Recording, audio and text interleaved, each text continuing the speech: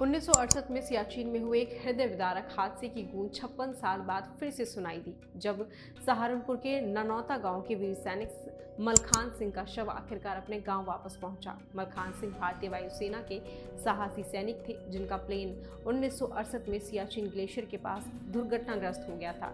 इतने वर्षों तक उनका कोई पता नहीं चल सका था, लेकिन समय के पहिए ने जैसे उनके परिवार की उम्मीदों को फिर से जिंदा कर दिया। आखिरकार 56 साल बाद उनके शरीर को सेना ने ढूंढ निकाला और पूरे सैन्य सम्मान के साथ गांव तक पहुंचाया।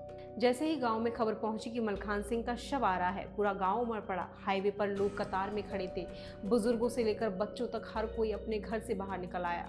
देशभक्त के नारे गूंजने लगे, जब तक सूरज चांद रहेगा मलखान तेरा नाम रहेगा। शव के गांव पहुंचते ही आंखों में आंसू लिए हजारों लोग उन्हें अंतिम विदाई देने के लिए खड़े थे। ये सिर्फ एक शव नहीं, यात्रा नहीं, बल्कि एक वीर सैनिक के सम्मान में उमड़ी भीड़ थी, जिसमें देशभक्ति और शहादत की भावना चारों ओर फैली थी।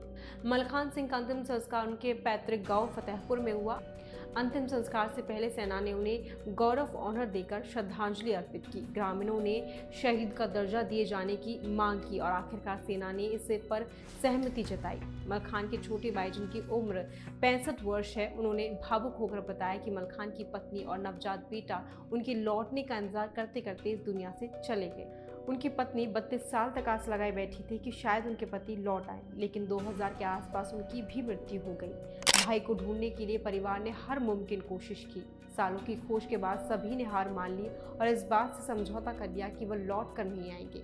इसके बाद उनकी पत्नी की शादी उनके भाई चंद्रपाल सिंह से कर दी गई। उन्होंने बताया कि मलखान के इकलौते बेटे के 2 बेटे और 3 बेटी हुई। उनके बेटे की 2010 में मृत्यु हो गई। मलखान के माता पिता, पत्नी और बेटे की उनके लौट कर आने की उम्मीद में मौत हो गई। आज जब मलखान का शव गांव पहुंचा तो ऐसा लगा जैसे इतिहास फिर से जिंदा हो गया हो।